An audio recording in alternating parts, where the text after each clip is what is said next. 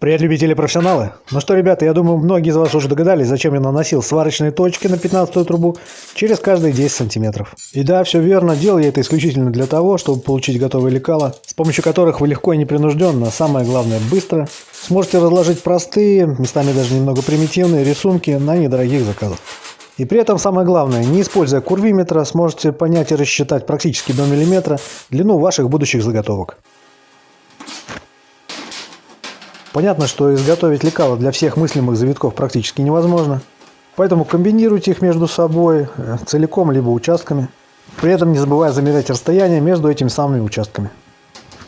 Ну и не забывайте, ребята, что хоть профильная труба и не так пластична, как полнотелый кругляк либо квадрат, но легко и вполне прогнозируемо поддается деформации, так что подогнув или разогнув эти самые завитки, вы легко сможете добиться отличного результата. В общем, как и говорил, все довольно просто и примитивно. Отлично работает на простых и недорогих заказах и позволяет этими быстрыми двухдневными заказами разбить на части сложные и долгие полумесячные проекты, от которых я, очень честно, быстро устаю. А вот вам и готовый пример перед глазами быстрой трехчасовой сборки. И практически без отходной технологии. А все благодаря вот таким простым размеченным лекалам. Да, ни фонтаны, ни шедевры, ребят, я все понимаю. Но и цена у этого проекта, понятное дело, соответствующая. И меня она абсолютно устраивает, и лучше, честно говоря, 10 таких проектов, чем один двухнедельный, а потом тебе кидают. А об этом в следующем ролике. Ну а дальше, ребятки, немного быстрого монтажа и подводим итоги.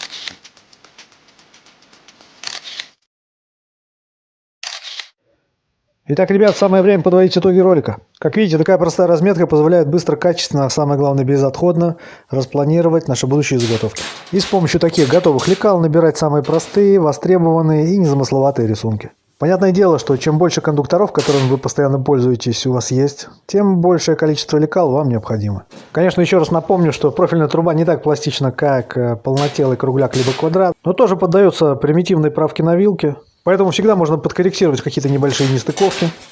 Где-то немного замять, где-то наоборот можно немного растянуть. В общем, придать ей необходимый вам размер. Поэтому-то то небольшое количество лекал, которые есть у меня вполне устраивают. Много места не занимают и всегда под рукой. Поэтому вопрос на сегодня все. Но еще хотел бы добавить, чтобы вы обязательно посмотрели мой прошлый ролик об обогреве гаража вот такими инфракрасными лампами и изготовлении функциональной стойки для обогрева. А вот теперь уже точно все. Всем, кому понравилось, ставим лайки, дизлайки. Обязательно подписываемся и не забываем комментировать. Дальше, как обычно, прямые руки вам в помощь. Всем удачи, здоровья, мирного неба над головой. Прорвемся.